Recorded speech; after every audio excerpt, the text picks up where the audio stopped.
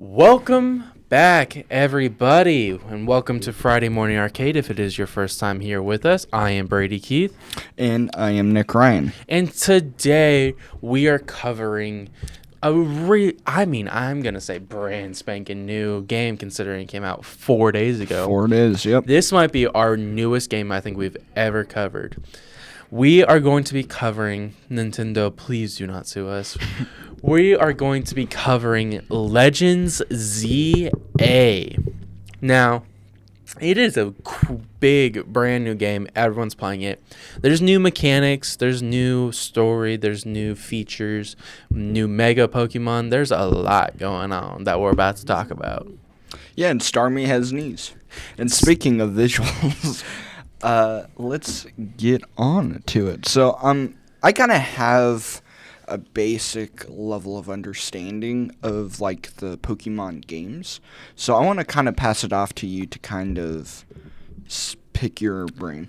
Okay, so when all the games moved on over to the Switch, there was a real increase in how they looked and felt and changed.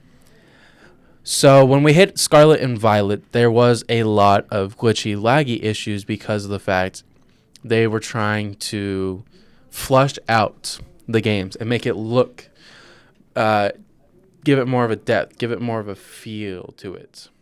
So there was a lot going on with it, and it made it really interesting.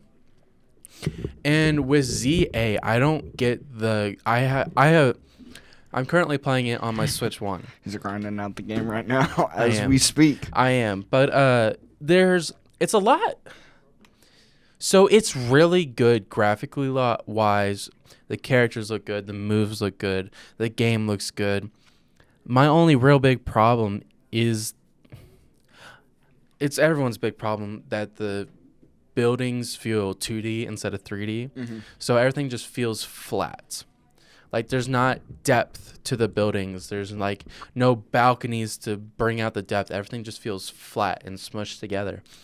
But overall, everything is really well put together. It looks nice. The Pokemon look good. The animations look really good.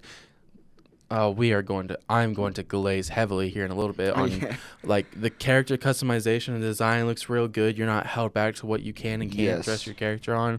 Like, this game looks really, really good compared to like Scarlet and Violet and the newer and previous games on the Switch. Yeah, so I first started playing the games at Sword and Shield.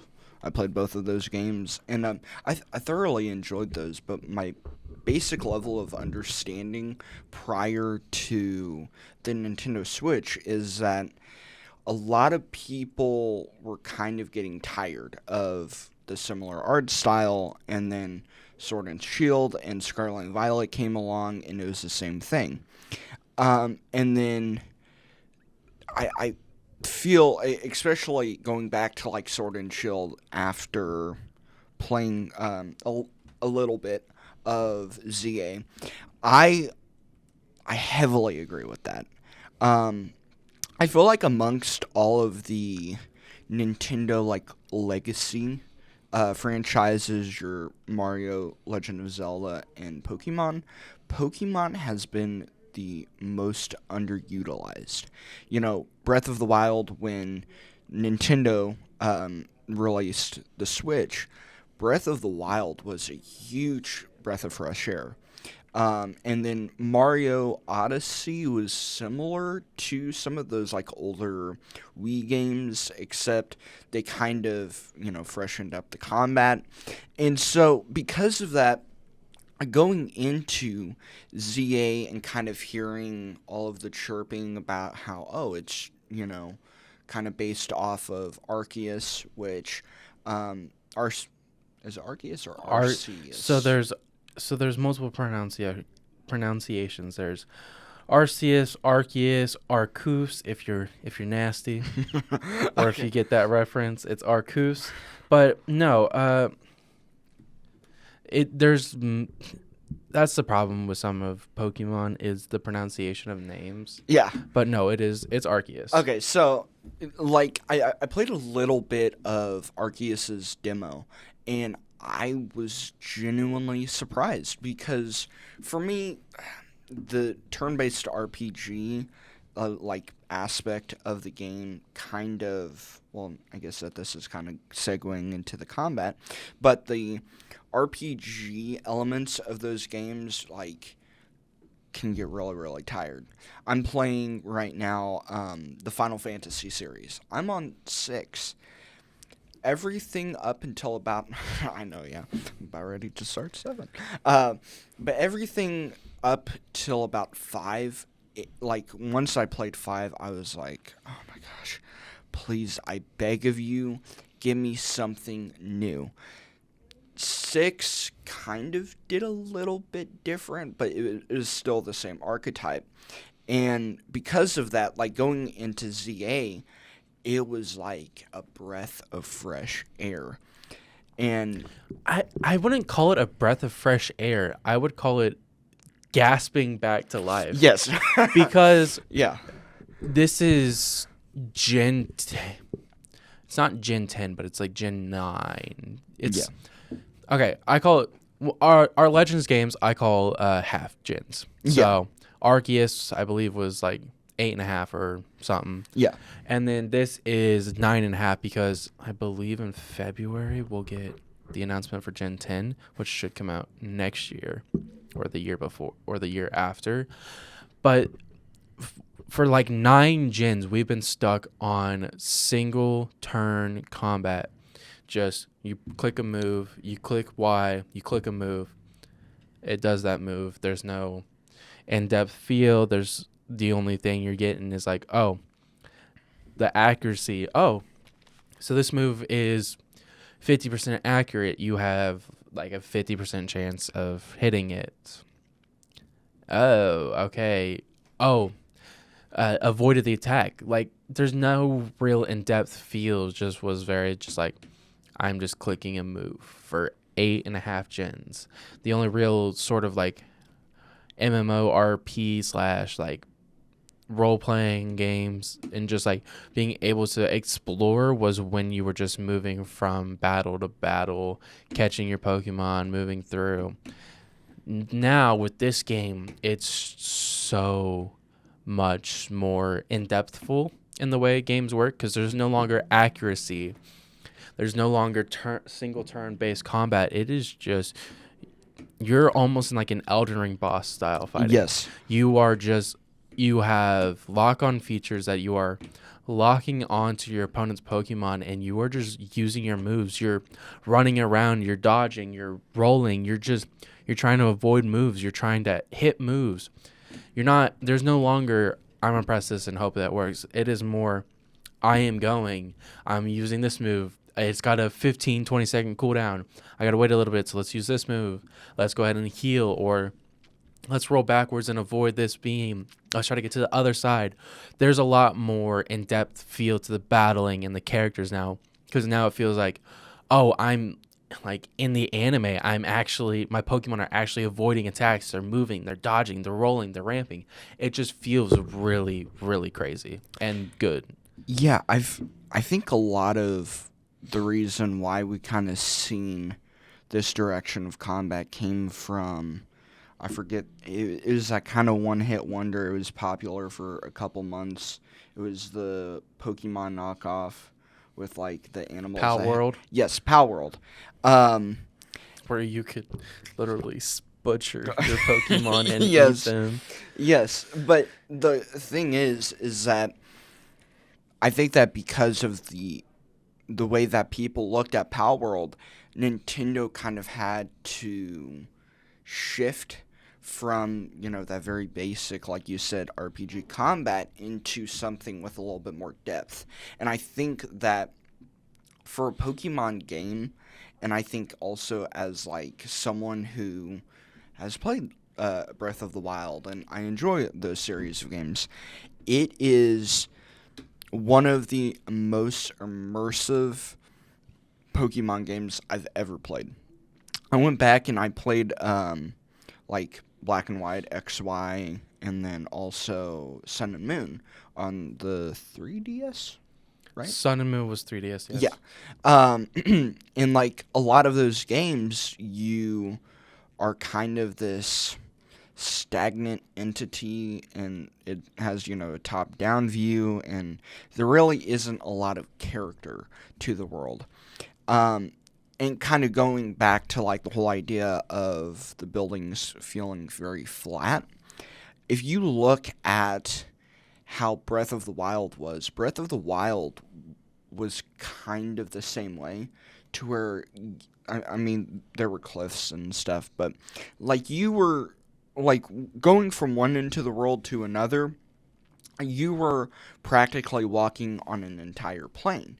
But then Tears of the Kingdom came out, and they finally had time to really flesh out that world, and it turned into, you're going way up in the sky to all the way down to dang near the Earth's core. And so I think that even though I believe that, that critique is very believable, and I somewhat agree with that, I think that maybe it's a situation of we as an audience and we as consumers kind of just have to wait until, the next game comes out, and, just wait and enjoy what we have, which, I'm about 6 hours in, and, this game has absolutely, like, flabbergasted me. I never would have expected to have such a dynamic type of combat. And, but yeah, obviously, we're talking a lot about the game, but I want to kind of turn it over to Brady about the stars of the actual show, the Pokemon. What has been your favorite Pokemon? So, normal, like, are we talking like just my favorite Pokemon, or are we talking like favorites in the game that I'm using right now? Like, what favorites in the game you're using right now? Okay, so we're going like that. I'm gonna be completely honest. I pre-ordered the game like in August or September, and so I got the free Gardevoir, and I'm like, oh, I'm just gonna sweep through with this Gardevoir. just gonna go crazy with it. That's not the case. I have not. I mean, it's on my party. I've used it for when I needed it, but it has not been my go-to. When I unlocked access to, I believe it is 8, Wild Zone 8, but let me double check. No, it is Wild Zone 7. When I unlocked Wild Zone... No, it is 8. Yes. When I unlocked Wild Zone 8, you know which one of the alphas was in there? Good old Pokemon called Crocodile, which is its final Evo. I can't remember the middle stage Evo for the life of me, and I don't know why. But that was an alpha. And so I'm like, I'm going to throw a couple Pokeballs at it. What's the harm? I caught it. And I'm like, it is an alpha Pokemon. Alpha in this game, weirdly really strong. Like, trying to battle just wild ones, I'm like, I'm doing no damage. So I'm like, why not? Let's throw it on the team. Oh my gosh. This Crocodile has been with... I'm 22 hours and 47 minutes into this game. I unlocked Wild Zone 8, I want to say, like 10 hours into the game. That thing has been on my team for 12 hours now, and it has swept the floor with everybody. Like, I'm talking major battles that I need it for.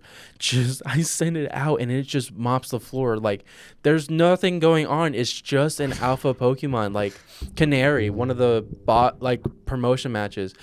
Like, I just swept through our whole team just by pressing Earthquake the whole time.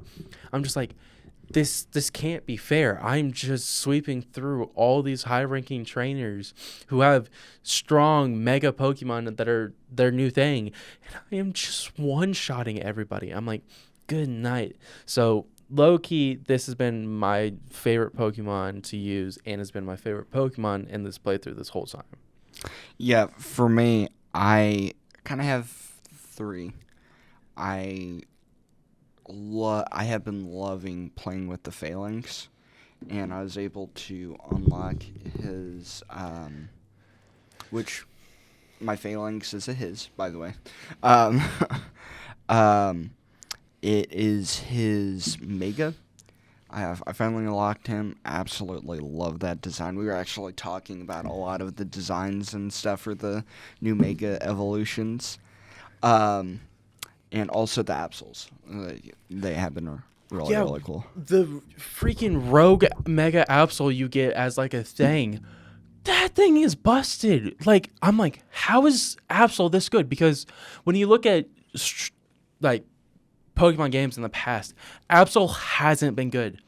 But this thing has been was insane. I used it for a little bit before I got like all the rest of my mega stones and everything. But I'm like, oh my gosh, it was really really good. I think that also speaks to how great this game is, because people like you who who've played the previous titles can also come in and really see like, oh, they've really flipped this entire game and the way that we perceive certain Pokemon on its head. And so it's like you said before, it's not just like a breath of fresh air, but it's like a revive for the um, entire franchise. And I'm really excited to see. I wonder if they're gonna do a DLC. It has. You can pre-order it now. The DLC comes out in February. Okay. And in February, this is my biggest complaint with the game, is they locked using Pokemon Home, which transfers your Pokemon from all your previous games on the Switch to Home, and then you can transfer them to the games. Yeah. They locked that until February, so I don't have access to it. I had shiny Pokemon I wanted to use for this playthrough, and I couldn't. So it wrecked the whole thing. So I'm like... But here's the question, though, is that if it wasn't for that, would you have even done another playthrough of ZA? Oh, I'm doing another playthrough. Well, So I'm going to do another playthrough with the original plan. So I will do another playthrough. So right now, I'm doing a poison type playthrough, which means I'm using full full poison type, so not just like poison only, but like dual type with poison. So my character's name is Dr. Toxin. Me and my buddy Elijah Jeans, we came up with a whole lore. Like he is a research student who's studying all different types of poisons and toxins and sickness, so that way he can create cures for them. Yeah. So he uses a whole bunch of poison types and is like studying them and finding ways to cure things, make better antidotes, make better medicines for people. So I was going to originally do that, but then they locked everything. I had two shiny Ekans in the back. I had a shiny Seviper. I had a shiny Skrelp that I was getting ready to use on my team, and it just said nope. So I kept Dr. Toxin, but I just started using other poison types, and then that kind of just went away, and now Dr. Toxin is just here with his Alpha Crocodile, Feraligatr, Gardevoir, Snorunt, Poison Oak, aka Victory Bell, and Skrelp. I'm not that far into the game yet, but does Gardevoir have a? Gardevoir's had a Mega since they came out. Well, yeah, I know that like they've had one for a long time, but I wasn't sure if that carried over from XY. But yeah, I mean, yeah, this game is great. I like. I'll be honest with you. This game is going to be really interesting to talk about if we do like another tier list. At the end of the year, because like I said before, I'm 5 or 6 hours into the game, and like I'm already like absolutely hooked. So, and then you're 22 hours. Yeah, 22 hours. This dude. I put a lot of time in this weekend. I'm not gonna lie. Last weekend I put in a lot of time. That's how I am with Ghost of Yode. Oh my gosh. I've been playing that a little bit too, but no. This game, it feels like it revitalized what it means to be a Pokemon game. And then from all the leaks from that hacker who got in, I'm really excited for our future because they're talking about making a full-blown MMORP style. Yes. There's more talks about keeping this battle mechanic, which will be really, would love to see keep it going because it's such a refreshing breath, and so different than the single base turn combat, and it's made the game so much more fun and enjoyable. And it only took me a couple hours to learn it fully. Like, it's not that hard of a mechanic to learn. Yeah. I'm hoping that maybe in the near future we'll be getting a Pokken tournament too. So I don't think we're getting that because we're getting Pokemon Champions. Wait, what? I haven't. So Pokemon Champions, they announced it a couple Nintendo Directs ago. Okay. Pokemon Direct, Pokemon Stadium? Yeah. So what it is Pokemon Champions is straight up just there's a whole bunch of like Pokemon that are going to, it goes back to single base turn. So like it's just eliminating all the open worldness of a Pokemon game. Okay. And it's strictly just like if you put ranked battles. So you're just playing straight through ranked battles, basically, but you have access to all previous mechanics. So there's a little ring that you get where you can terrestrialize, mega evolve, you can use Z moves. Oh, that's cool. Okay. So it's like one of those to where you can, it's just pure battling. Yeah. There's nothing else. It's just pure battling against other people. That's going to be interesting. But speaking of Pokken tournament, that's what this battle style reminds me of. Yes.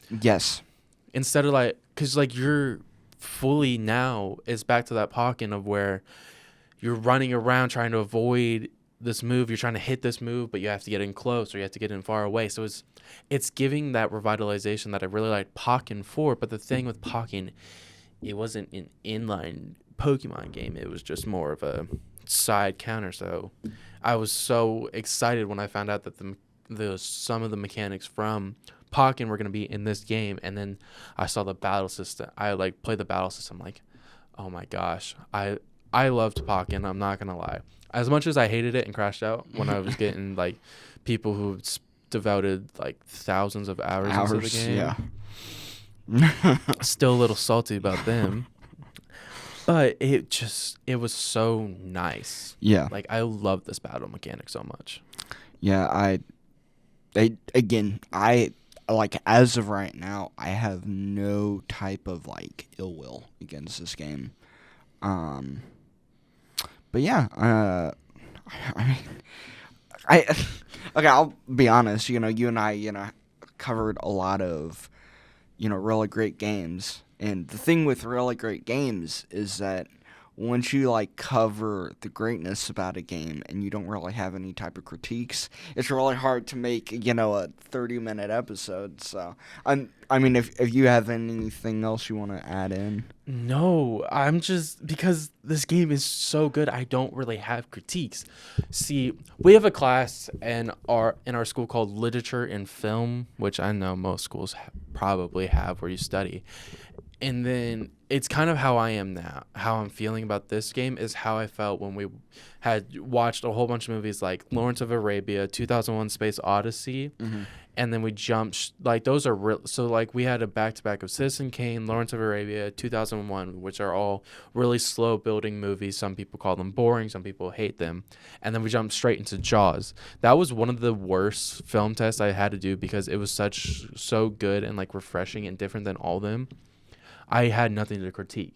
Yeah. Like, that's how I feel with this game. Is like, it's so good. I don't have anything to critique. The only thing I guess I could critique is the fact that they locked the Kalos starters Megastones behind ranked seasons, which means you have to pay for Nintendo Switch Online to get them. But you don't even have to get that far. You only have to get to K.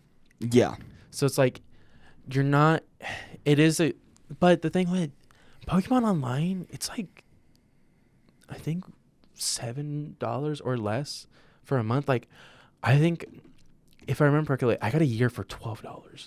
Yeah, and adding on to that, like you also get a number of like older console games and stuff. So it's like it pays for itself.